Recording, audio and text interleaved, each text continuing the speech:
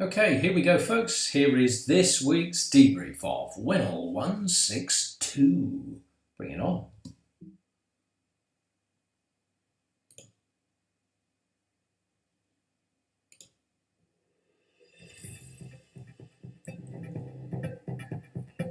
Labour pledges to cut tuition fees, but at what cost? It's not just the reduction of fees, they're also talking about limiting student numbers again.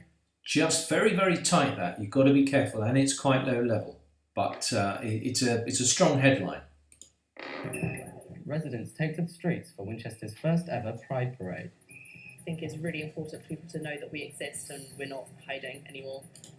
Residents, I think residents, it can be anyone in the world because it just is too vague. So I think we need to just tweak that word. Promotion hopes over, Steve Riley defiant despite Tottenham defeat. But I can't criticise any of the players, and I didn't think it was a 4-1 game. 4-1, yeah, you've lost. But it's a good headline. What I would say, Sports Boys, is stop interviewing him there. I know it says Tottenham, but I think you've done it nearly every time there. So let's think of somewhere else. We know who he is. We know what club it is. So we don't need to reference him next to that sign anymore. And what is the crime scene on university campus? See, that's really nice because it's intriguing, and you leave it a long way down the bulletin until we find out. So yeah, I liked this. That was a really nice tease.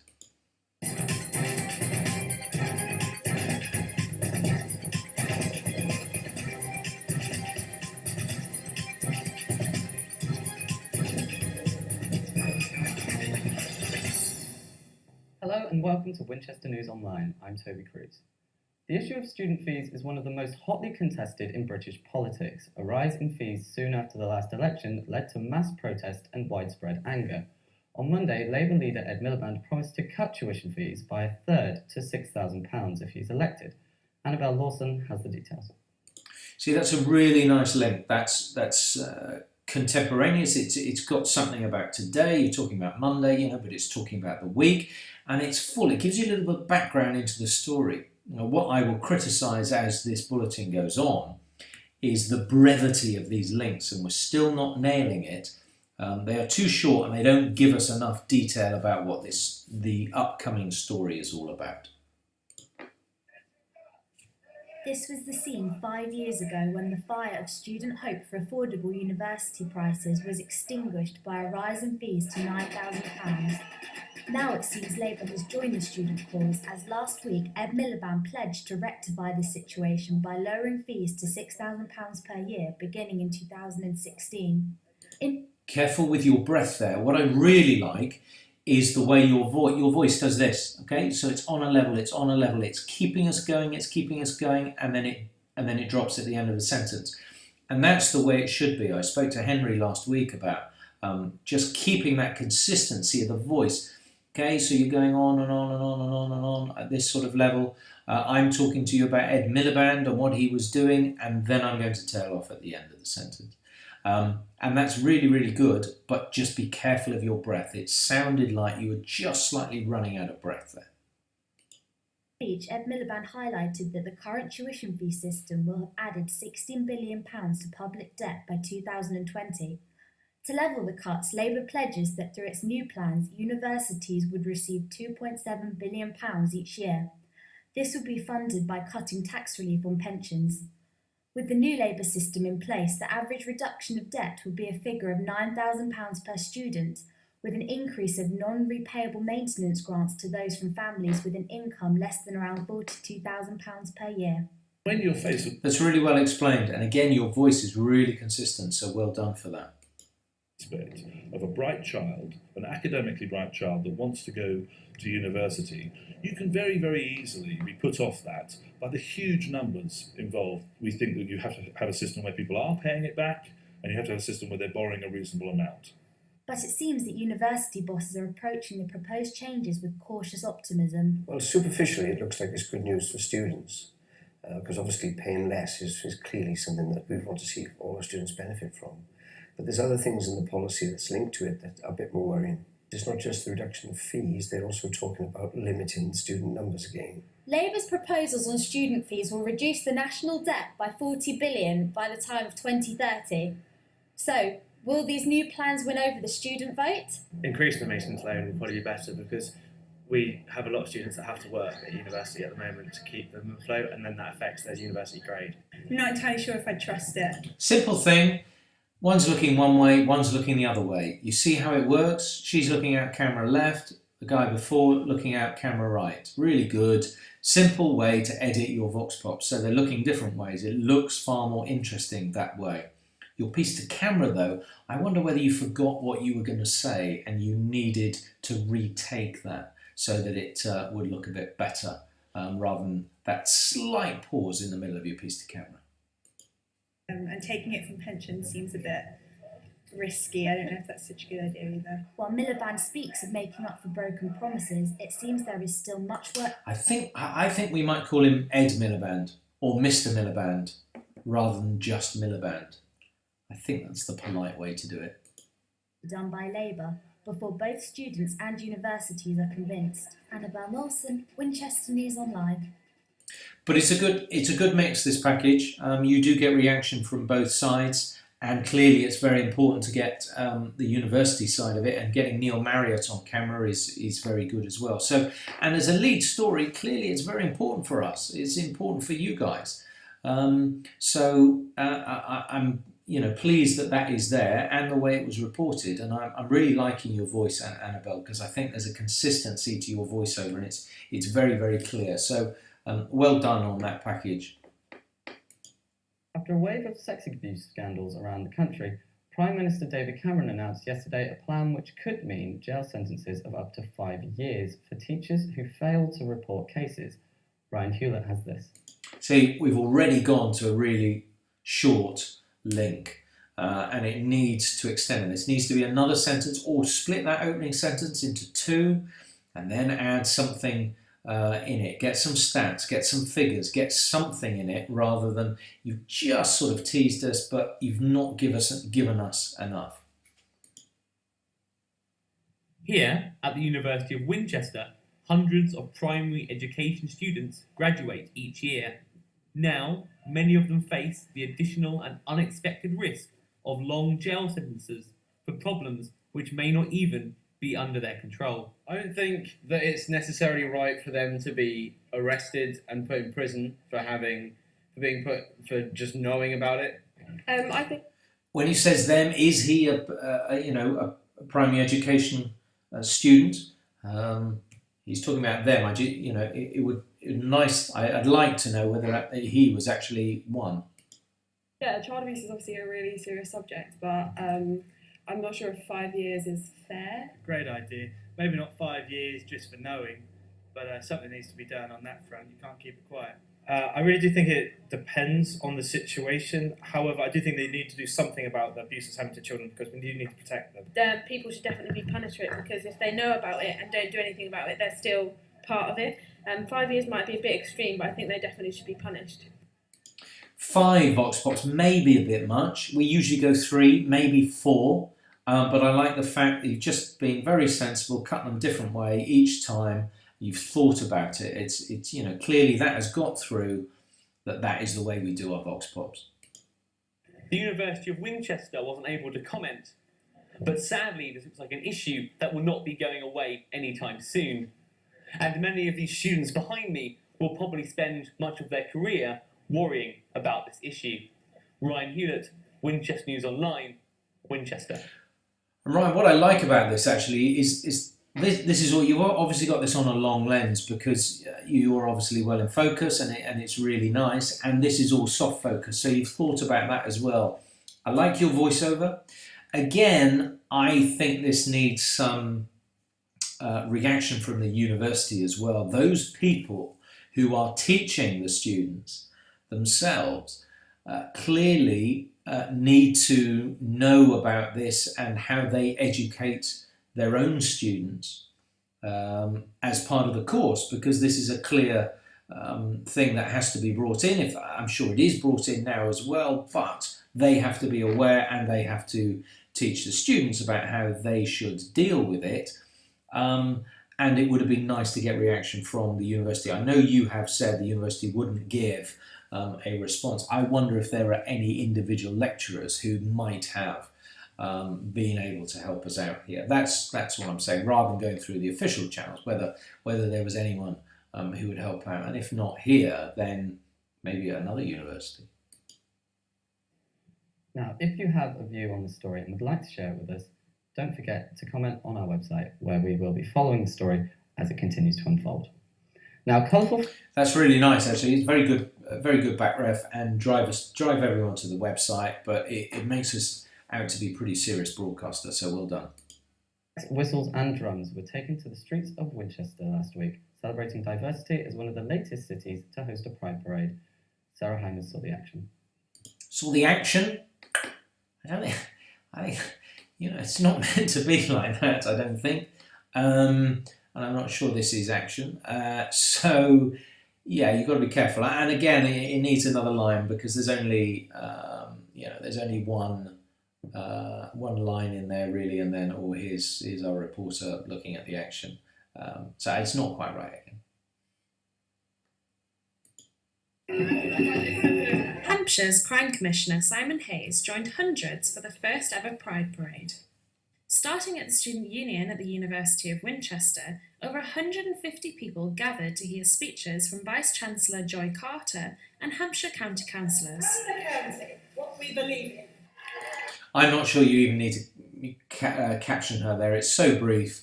I know you have, but I think leave it out. The university's Spectrum Society were a big part of putting together the parade and had been organising it for months. I definitely think it should have happened sooner. I can understand why it didn't, because Winchester's quite a small town, but I'm really glad that it has now happened. I really hope it does change people's opinions. I think it's really important for people to know that we exist and we're not hiding anymore. But others were concerned it would cause controversy. There is mild homophobia, but I don't think it's a big issue at the moment within Winchester, and I hope it never becomes a big issue. But I think it's more just a raising awareness of the differences in the community. I'm just really excited to see what's going to happen in the next 2, 3, 4, 5 years, and making Hampshire Pride a really big event that the whole community can be proud of. This is the first Pride Parade in Winchester. Could this be the beginning of many more to come? Sarah Hymers, Winchester News Online, Winchester. Sarah, it's nice to get you doing your piece to camera. It's a bit of, I'm here and what am I going to say? You need to think about a little bit more about what you're going to say in your piece to camera. It doesn't really take us very far. It's nice to have you there, and it's good to time it so that you do it when they're coming past you, but you've got to think exactly what you're going to say.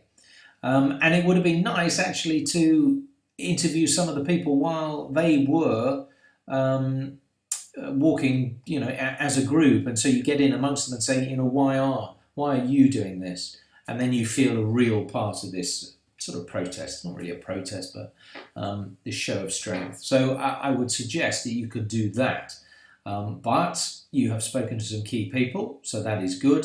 But I'd just like a little bit more from what is going on inside the 100, however many people there were marching through town. The people of Hampshire could be waiting years for a fast train connection to London, while the HS2 development is set to reduce travel time for the Northern Midlands. Our transport correspondent Olivia Martin has the story. But what is the story? Waiting times, but again, it's all too brief. So it needs more development into this story. Figures, investment, how many people down here, commuting. Why is it so specifically bad to the south and in Hampshire? Overcrowding. Nice start, nice nat sot. Anytime and ticket prices. Just some of the problems for thousands of commuters between Hampshire and London. Perfect, really, really nice. Now, train bosses have hit out against the government, saying that while train networks in the south generate huge sums of cash, it receives the least investment in return. But the north are set to benefit from HS2, the £36 billion high-speed railway development. So what about those in the south? It's a really nice piece of camera, Olivia. I just think you've got to slightly slow down your voice at the beginning where you lose it a bit, but you've got great presence, look good, the right place to do it. You've got a train there, well done for that. Simple things, just adding a little bit of animation to your piece. Journey time from Southampton to London currently takes 83 minutes on average for a mere 80 miles. I think you can have those statistics there. I think the mileage and the timing you can have for that, and then up to Manchester as well. If they're making trains go that much faster up the north, what about people that live in Weymouth and Bournemouth? We need faster trains. We need more trains. Good sequence. I'm so shocked. That is absolutely ridiculous. What is she shocked about? That's that bit you've put on the end. It doesn't bear reference to anything that you've actually said, I think, or it's too far away from the moment that you said it, and it sounds like a non sequitur. That's all. So you've just got to be careful with that bit. Sam McCarthy is the commercial director for the South West Trains and Network Rail Alliance. In a statement, she has said, "There is no quick or easy fix to improve reliability." I just say she said. If you say she has said, it sounds like you've nicked this off somewhere else. If you say she said, even if you have nicked it off somewhere else, it sounds like it is yours. Obviously, better still, and the correct way to be a journalist, is to get your own quote. And if it is our own quote, then she said. Don't need to have has, okay? Very simple. Catch up on years of underinvestment. But we are determined to work with the government and do everything we can to deliver a better railway for our customers. Olivia Martin, Winchester News Online. Probably just one more line, Olivia, just to round it off and throw it forward, and then sign off. The region's shortage of affordable housing received more attention this week, with all the political parties making promises to build more homes. Winol's political correspondent Laura Harding looks at the background to this issue. Yet again, a little bit brief, so let's delve a little bit deeper. As a hotspot for Very windy, Laura. visitors working in London, house prices in Winchester are exceedingly high. This makes house hunting for first-time buyers particularly strenuous, leaving a vast number of renting tenants. It's a really nice sequence, though.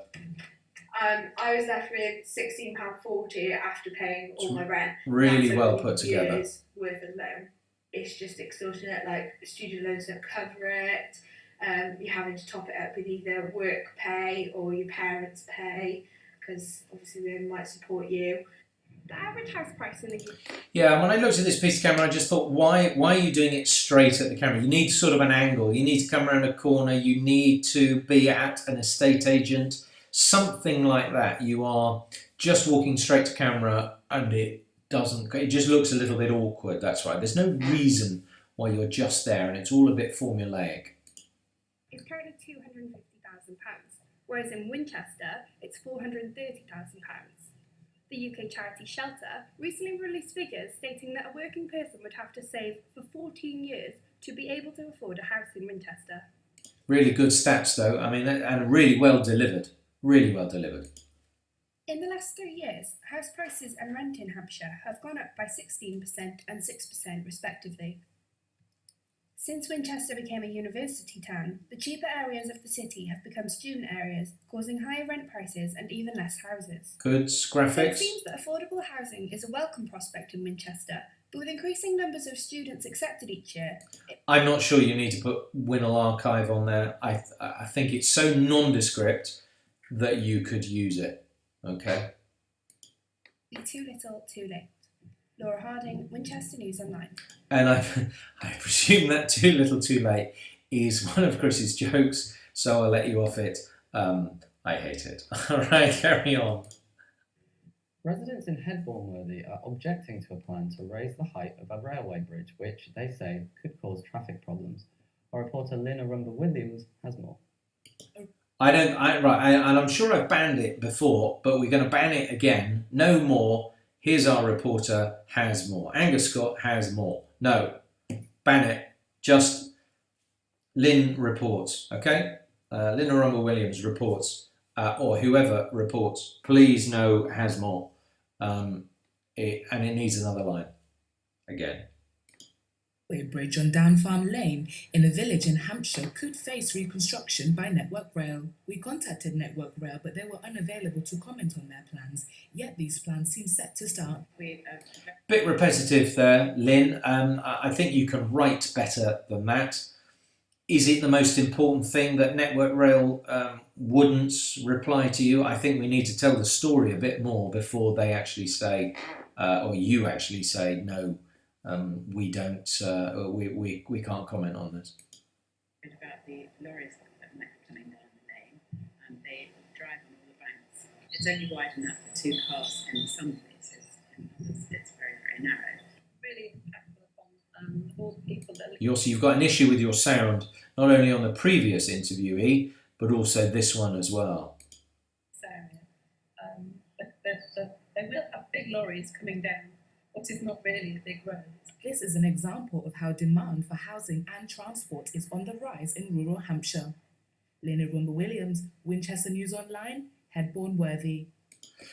Yeah, I'm just not sure you've explained it enough. You've just thrown in a bit of a sort of left field comment at the end, almost to justify your piece. And I'm not quite sure that you have. It just lacks a little bit of depth, this story. And therefore, I don't know that you explain enough of one side or the other, and give a balanced view of it, really. And maybe, there's not enough visual of cars or whatever going through that, and there's only seems to be one angle that you've shot from, where it really needs to, get a few different angles, or to be right in the middle there, keeping yourself safe, obviously. So I just think it lacks a bit of depth, this story. And now over to the politics team for the latest news from the South Decides.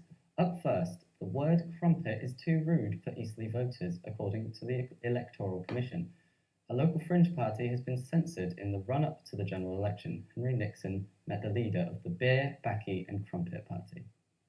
That's a much better link. You see, that's really explained the story.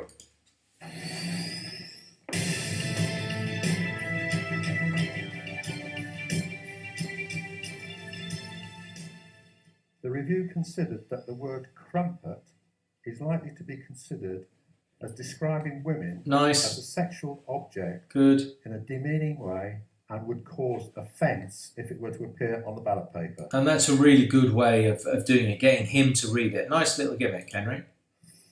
The leader of the party, Ray Hall, will have to change the name before they can be reconsidered for the general election. Your voice is great. I mean, I told you the other day, it's a terrific voice. So good to listen to. Ray has some fresh ideas for a new party title. Beer, Baccy and Squeaky Wheel Party. The Beer, Baccy and Je Suis Charlie Party.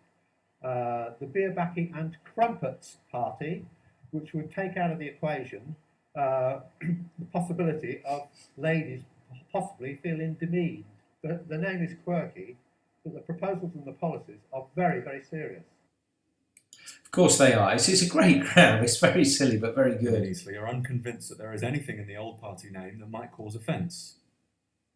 Okay, well, I like crumpets, so I think it's ridiculous. It's stupid. It's like, it's a food. Like, you can't ban foods. It's not harming anyone, so it's like... Make sure your microphone gets right in there, because it's not very good sound again. It's not like it's a rude word, it's just a word, really, so I don't really see why it should be banned. On March the 7th, the party will cease to officially exist, costing hundreds of pounds to relaunch. Ray will be on the politics show on the BBC with Andrew Neil tomorrow. Henry Nixon, Winchester News Online, Eastleigh. Nice stuff, Henry. I like that.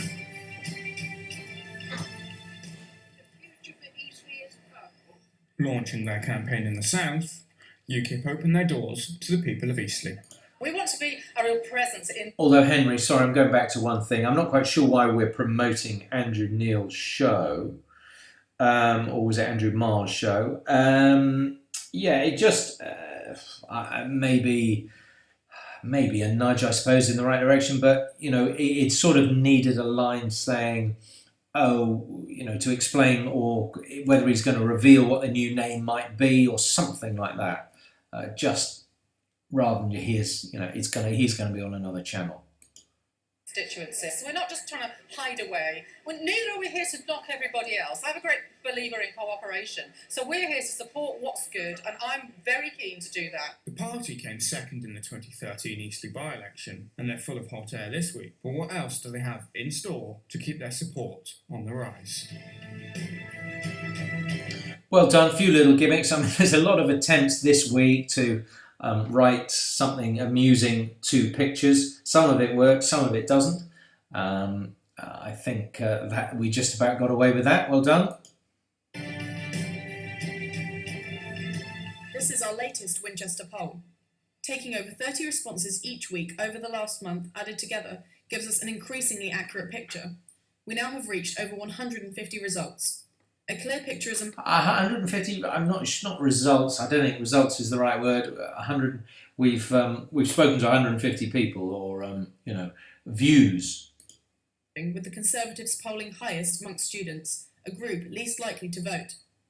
The left of centre vote is split between Greens and Labour, while Lib Dems and UKIP are floundering on campus with only 4% of the vote between them. If our poll is to be believed, it shows a close battle between three parties and no clear overall winner. Good stuff, keep it going. Many as we can. Restrictions have now been lifted following an outbreak of avian flu. It was discovered on a Hampshire farm earlier this month. The removal of the 1 kilometre restriction zone means that all poultry keeping farms around the infected premises are now allowed to move poultry and other animals without restriction. All poultry on the premises were humanely culled, and the affected farm was cleansed and disinfected to prevent the disease spreading. I mean, this is a good story, and but it's actually the way it's been edited. You get chicken, wide this pan, then a chicken, then a wide shot, and then you go back to the chicken again. So it's really nasty actually to go tight shot, big wide. It's a horrible pan anyway because it goes on forever and doesn't really say anything, and then you go back to the chickens. So it's not very nicely edited together. Hampshire Police have released a warning to the owners of motorbikes and mopeds in the Southampton area. Thefts have continued since the first warning in January, and police are urging bike owners to review the security of their vehicles. I think it's all very well following up stories, but I think this is just a bit lazy, really. It's a non-story, absolutely non-story. Winchester City Council has accepted the court judgment that said that they acted illegally over the Silverhill scheme. The £165 million project breached European law. It doesn't say what the project was, though. You see, we still don't know what is Silverhill. I still have no idea what Silverhill is. It looks like it might be a new shopping centre, but I've still got no idea. The future of Silverhill will be discussed in a couple of weeks' time. And obviously, it's cut too short. Winchester University students got an unexpected shock yesterday when what looked like a crime scene was set up behind a university building. However, the scene wasn't quite what it seemed. Alice Wheatley has this. I think you need to say when there was a crime scene. That's what we want to say. It is a crime scene, rather than what seemed to be a crime scene. Let's drag it out even more. Okay. At a first glance, this looks like it could be a scene out of CSI. But on further investigation, it would seem that this is in fact part of one of Winchester University. You don't need to say it would seem. It is. We know what it is because we're just about to... So we can be a little bit stronger with our words here. We don't have to say it would seem. We know it is. These newest courses. What they're doing is they're applying principles and techniques that usually belong within archaeology. So what we've done is we've buried 3 sets of human remains. Nice covered shots. So you'll probably find that they've been... A bit too much headroom. We've also got associative evidence within there, shoes and other personal effects. They had to find the burials themselves, and now they're trying to retrieve that evidence and sort of record it properly. I just think it's fantastic. I mean, the practicals that we do... Again, you just think of the framing. A lot of headroom there. It's very, very different to everything else that I've looked at in terms of... It's a good grab, and you've covered it with loads of shots. Remember your rule of thirds. That's his eye line. Within the 3 makes it a lot more interesting. As the cause continues to develop and grow, scenes like this one could become much more common at Winchester University. Alice Wheatley, Winchester News Online.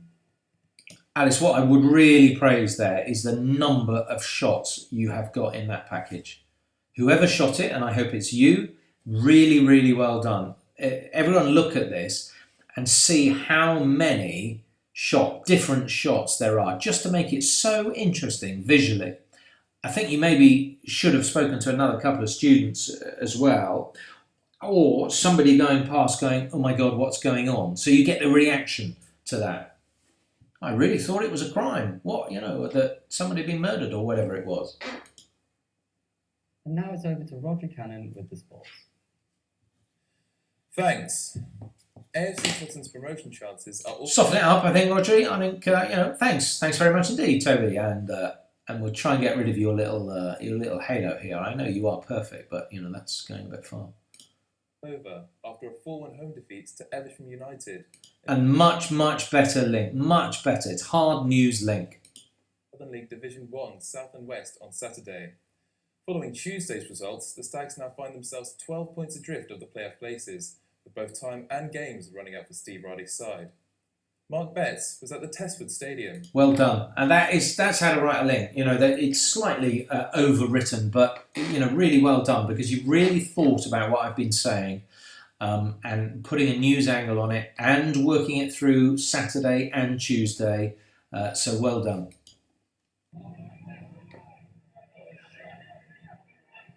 It took only 7 minutes for third place Evesham to take the lead against a struggling Totten side. Ashley Edinburgh heading home a Lyndon Dover cross, beating 17-year-old deputy keeper Patrick O'Flaherty. Totten came fighting back though. Less than 10 minutes later, Taylor Edwards powered home a header from a Mike Burnsley corner. Good start, this. Really, really good stuff to begin with. Yeah, well done. Evesham kept applying the pressure. Evesham. It's Evesham. Evesham. It's not Eversham, as was said in the link. It is just Evesham. George Washburn rattled the post from a curling free kick. Don't say what you see. We know you hit the post and we know it was a curling free kick. After a strong performance in the first half, Totten slacked in the second. Edinburgh, latching onto a through ball, was able to give Evesham and himself a second goal. Evesham were able to bag a third after O'Flaherty parried Washburn's attempt, allowing captain Matt Sisson to tap it in. Oh, that's a bit of an ugly. That's a nasty edit, because you're not by the crowd then, and it just doesn't work visually. You should be able to look at that and go, oh, that's a bit ugly.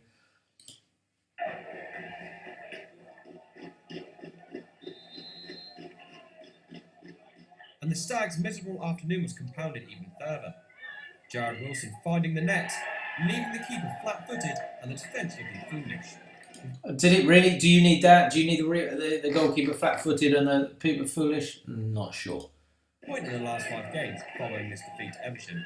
Tottenham's recent run of form is a cause for concern, but Steve Riley does feel his young team can improve. A bit disappointed in the manner we conceded the goals, but I can't criticise any of the players, and I didn't think it was a 4-1 game. You can improve your own performance when you get the situations, and I think the lads are gaining valuable experience, and we've got to just dig in and regroup. You can't do anything about that. Well, if you're going to cover him, you've got to have a little bit of natural sound underneath that bit. You just got mute pictures. We never have mute pictures. The result. And it only seems to be getting worse for Totten as they extended their losing streak after a 3-1 loss to Stratford away last night. Mark Betts, Winchester News Online.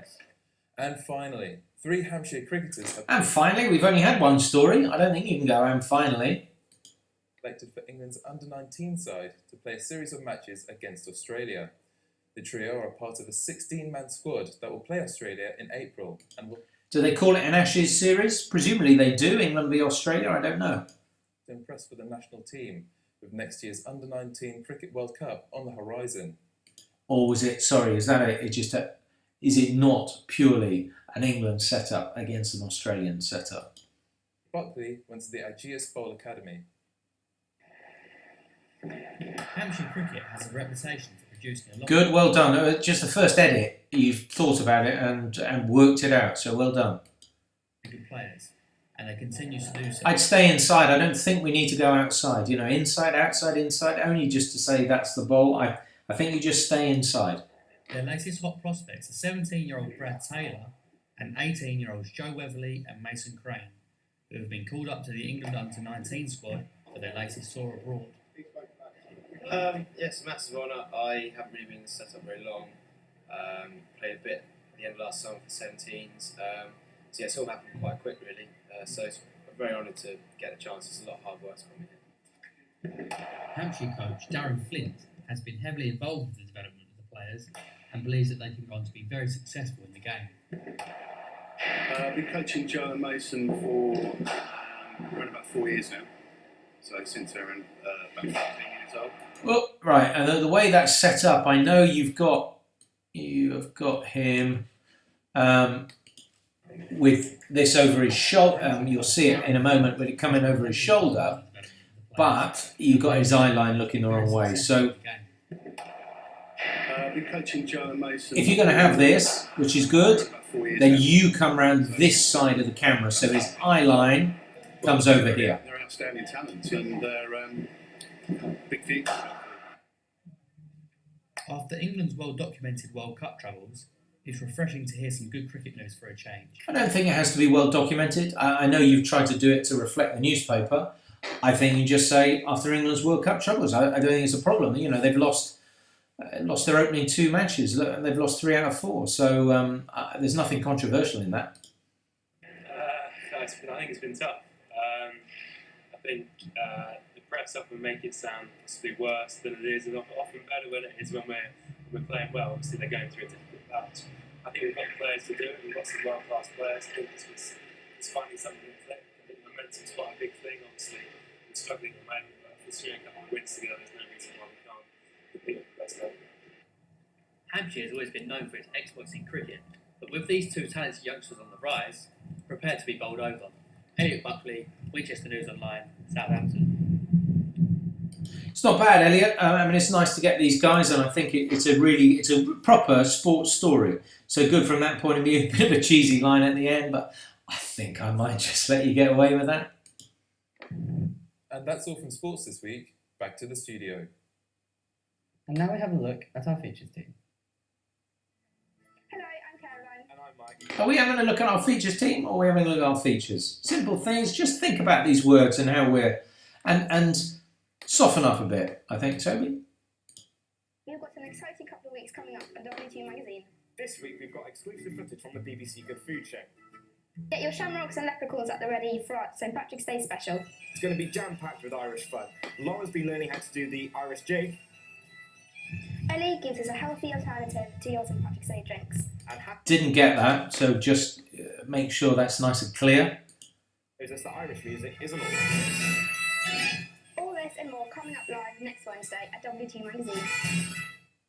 That's quite a good way to do it, though. I think that's quicker, speedier, and not too bad. Southwick has the upper crust when it comes to baking pasties with a hefty price tag. Sophie Hannam has the story. Needs more, again, it needs more filling.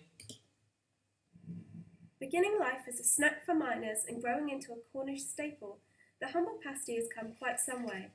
But Richard Shaw from Southwick has pushed this even further by creating the world's most expensive pasty for the World Pasty Championships. There's about 150 entrants, about 600 of pasties as far as I've been told. Well, I was looking to make the world's best ingredient pasty, and it snowballed then into becoming the world's most expensive. And I came 4th best pasty in the world, 3rd best pasty in England, and 1st best pasty in Hampshire. Hey! Dubbed the VIP, this designer pasty costs £230 to buy. Right, okay, we've got, I think, probably 3/4 of a minute into this package, and we've suddenly found out what the price, 250 quid for a pasty? What is this all about? We need to be selling this much, much, much bigger. It's just, we've lost it. We're halfway through it, and this ridiculous amount of money has just been revealed.